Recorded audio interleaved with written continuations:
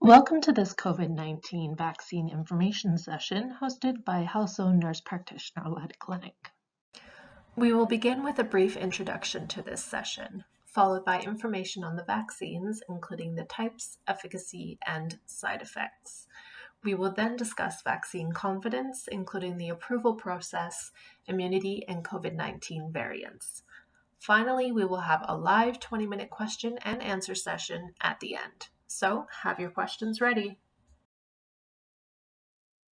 Just to introduce ourselves quickly, I'm Jessica, a community health promoter with Health Zone, and I'm here with RN Natalie to provide more information about the COVID vaccines. So let's jump right in and talk about the different types of vaccines, their efficacy, and potential side effects. Currently, there are 4 vaccines approved for use in Canada, including Pfizer, Moderna, Johnson & Johnson, and AstraZeneca. The purpose of these vaccines is to reduce mortality and hospitalizations amongst those who become infected with COVID-19. To be clear, all 4 vaccines are nearly 100% effective in reducing deaths and hospitalizations in those who were vaccinated but were later infected with COVID. Vaccine efficacy related to infection varies by vaccine. So when we talk about vaccine efficacy, what do we mean? Efficacy refers to the vaccine's ability to reduce COVID-19 infections amongst those who are vaccinated. However, these numbers may be misleading for various different reasons. The first is because the vaccine trials occurred at different times. Some of the vaccine trials happened when there were few COVID cases, while others were conducted during a wave or an increase in cases. Additionally, these trials were conducted in different places around the world. Some were conducted in the US, some in Europe, and some in South Africa, meaning they were exposed to different variants of the COVID-19 virus.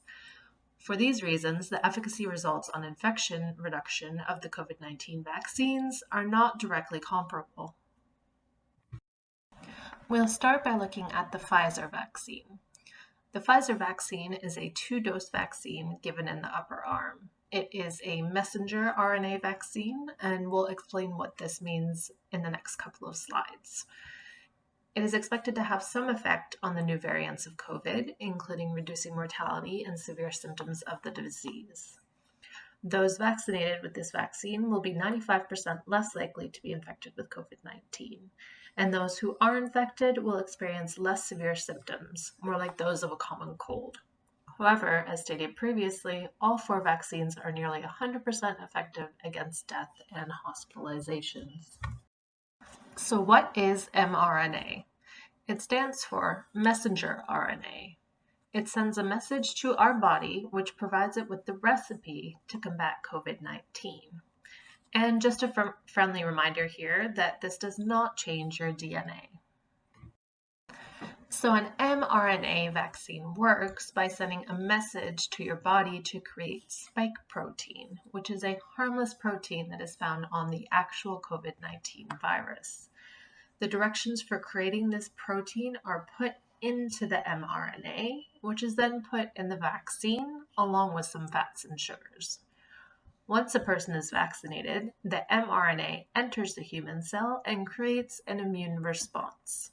The mRNA tells your body to create these spike proteins, which your body realizes do not belong, and as a result, launch an immune response by creating antibodies and T cells.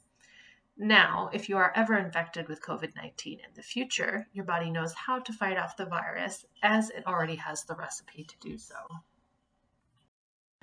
To provide a bit more information about the ingredients in the vaccines, both the Pfizer and Moderna vaccines contain messenger RNA, fats, salts, sugars, and buffers. Neither vaccine contains blood or fetal products, and there are no pork, cow, or animal products in these vaccines. Moving on to the Moderna vaccine, this is also a 2-dose messenger RNA vaccine given in the upper arm and is expected to have some effect on new variants in terms of limiting death and hospitalizations. Those who are vaccinated will be 94.1% less likely to be infected with COVID-19, and the small percentage who are infected will experience less severe symptoms, more like those of a common cold. And as stated previously, all 4 vaccines have nearly 100% efficacy against death and hospitalization. The AstraZeneca vaccine is a one-dose vaccine that uses an adenovirus vector base, not messenger RNA. We will explain what this means in more detail in the next 2 slides. This vaccine is also likely to have some effect on new variants of COVID, particularly in terms of death and hospitalizations. Those vaccinated with this vaccine will be 59% less likely to be infected with COVID-19, and those who are infected will experience less severe symptoms. You will also be nearly 100% less likely to die or become hospitalized if you do get infected. So what is an adenovirus vector base? An adenovirus is a modified inactive version of the common cold virus, which is used to hold the directions for making spike proteins in this type of vaccine. And just another friendly reminder that this vaccine does not change your DNA. These adenovirus vaccines work by coding the directions for making spike protein into a strand of DNA. These directions are put into a piece of inactive adenovirus, which is placed in a vaccine alongside fats and sugars and is injected into a human. Once a person has been injected, the DNA turns into messenger RNA and gives the body directions to make a spike protein. Recognizing that this protein does not belong, the body launches an immune response. This means that if infected with COVID-19 in the future, your body will already know how to fight off the virus. In both the Johnson & Johnson and AstraZeneca vaccines, there is DNA, NF fat or lipid bubble, ethanol, and salts, sugars, and buffers. These vaccines do not contain pork, cow, or any animal products. Finally, we will discuss the Johnson & Johnson vaccine. The J&J vaccine is another one-shot adenovirus vector-based vaccine that is expected to have some effect on new COVID variants. Those vaccinated will be 66% less likely to be infected with COVID-19 and nearly 100% less likely to die or experience severe symptoms. And those who are infected will experience less severe symptoms. Again, all 4 vaccines are effective and necessary for reducing the impact of COVID-19. Like with all vaccines, when you get vaccinated, you may experience some small side effects.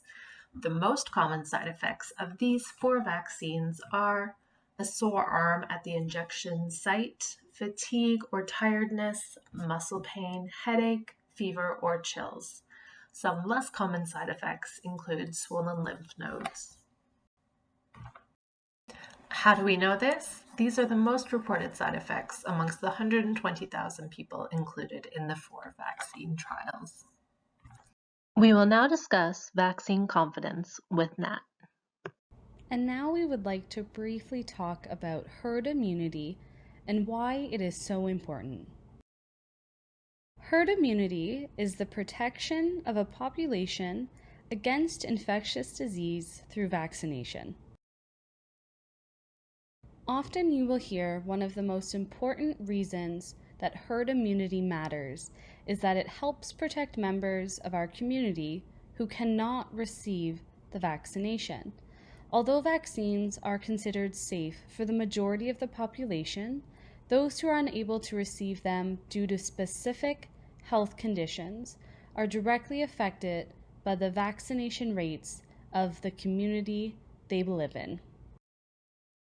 Information specific to the COVID-19 vaccine that we currently have access to includes the premise that this vaccine is currently available for use in Canada to provide protection against the COVID-19 virus. The goal of this vaccine program is to increase the immunity amongst Canadians and reduce the spread of COVID-19. The percent of the population that we need to receive the COVID-19 vaccine in order to build what would be considered herd immunity is not yet known, but most recent information shows a range anywhere from 56 to 89%. This really highlights the importance of continued efforts to increase protection for all Canadians. The simple fact is that achieving herd immunity with the use of safe and effective vaccines make diseases rarer and save lives.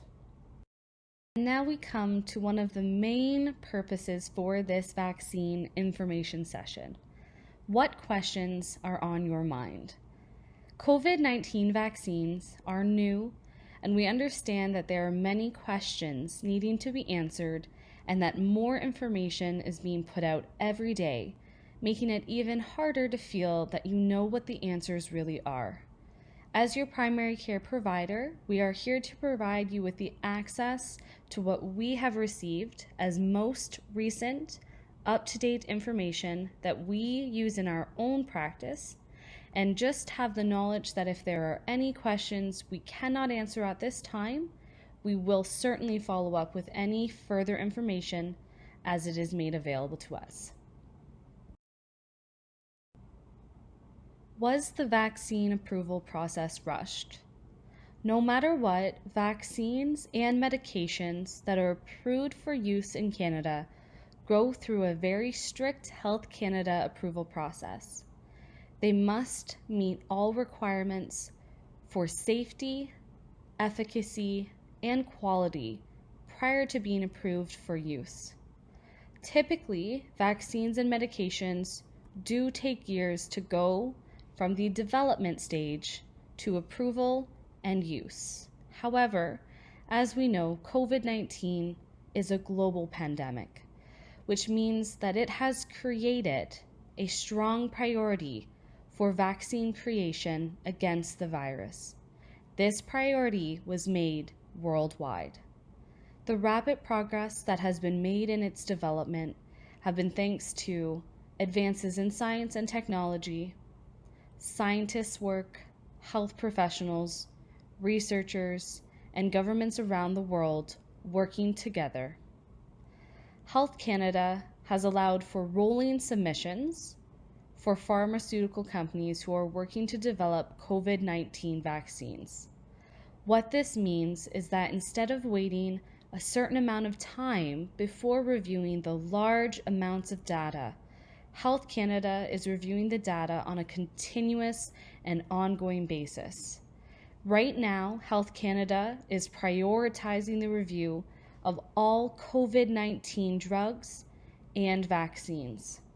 Health Canada continues to monitor and assess both the safety and effectiveness of all COVID-19 vaccines that have already been approved. Anyone who witnesses or experiences a side effect from any COVID-19 vaccine are instructed to inform both their primary care provider or local public health unit. Many have questions currently specific to the AstraZeneca vaccine and its connection to blood clots. As of the most recent data that is available, the National Advisory Committee on Immunization is recommending that AstraZeneca vaccine not be administered to adults under the age of 55, pending the review of concerns regarding blood clots. Reported cases have occurred between 4 to 16 days after vaccination with the AstraZeneca vaccine.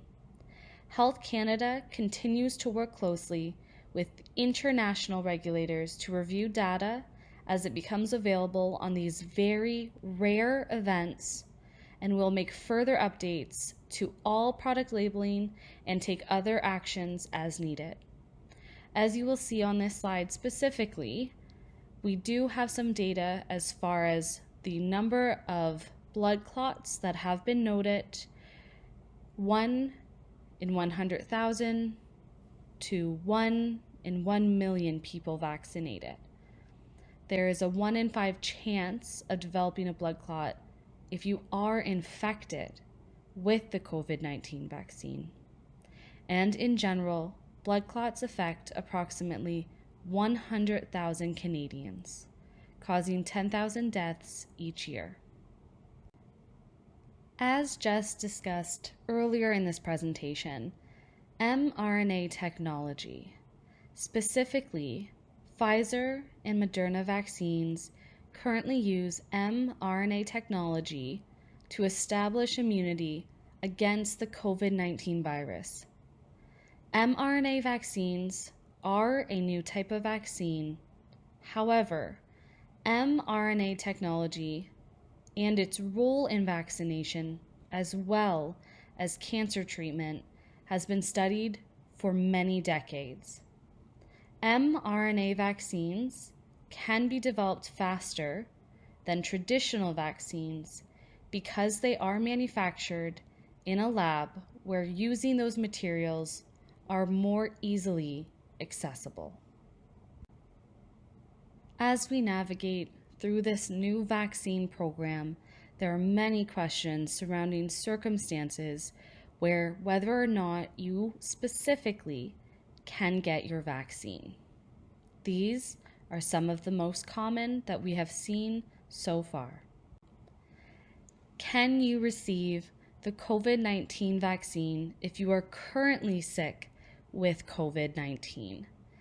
Vaccination of individuals who have a current COVID-19 infection is not known currently to make the illness worse. However, you should not be vaccinated against COVID-19 if you are currently experiencing any symptoms of illness, in order to avoid confusion between any potential complications from the illness of COVID-19 itself or an actual vaccine-related side effect. Can you receive the COVID-19 vaccine if you are currently pregnant? Pregnant women were not included for participation in clinical trials. There is no current safety data available. However, you may still choose to have the COVID-19 vaccine after discussion with your healthcare provider. So this always includes a review of the risks and benefits of the vaccine, a review of the potential risks or consequences associated with a COVID-19 infection during pregnancy, a review of the risk of acquiring a COVID infection during pregnancy, and an acknowledgement that there is currently a lack of evidence for the use of COVID-19 vaccines in the pregnant population. A consensus statement released by the Vaccination Council states women who are pregnant or breastfeeding should be offered vaccination at any time during pregnancy if they are eligible and no contraindications exist. This decision is based on the woman's personal values and an understanding that the risk of infection and/or complications from COVID-19 outweighs the potential and undescribed risk of being vaccinated during pregnancy or while breastfeeding. Can I receive the COVID-19 vaccine if I have an autoimmune disorder or am considered immunocompromised? Individuals with autoimmune diseases were represented in a small number of COVID-19 vaccine trials. Individuals who were immunocompromised due to disease or treatment were not included in COVID-19 vaccine trials. There is limited current safety data available in these populations. According to the most recent recommendations, individuals in these populations should be offered the vaccine after counseling by their primary care provider or public health unit, and this includes a review of the risks and benefits of the vaccine, a review of the potential risks or consequences of a COVID infection, a review of the risks of acquiring a COVID-19 infection, and an acknowledgement of the lack of data and evidence currently available for COVID-19 vaccinations in this population. With this discussion and the timing of vaccination in relation to therapy for any underlying health condition, and in view of possible decreased vaccine effectiveness with the use of immunosuppressive therapies. How long does immunity last?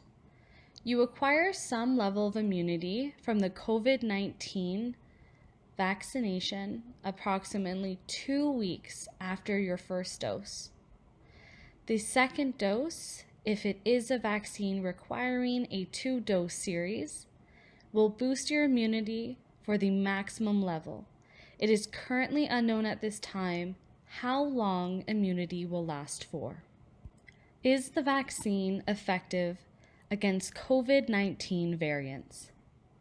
When there is a widespread circulation of any virus within a population, it has a higher chance of mutating and changing, and that is unfortunately where we find these variants. The more opportunities that a virus has to spread, the more that it continues to reproduce and replicate. And the more that it does go under those changes, the more variants that we will see. This often ties back to the importance of herd immunity.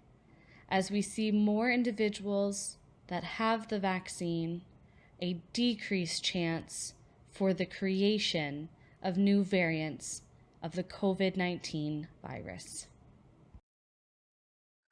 Thanks for your attention, and now it's time for your questions.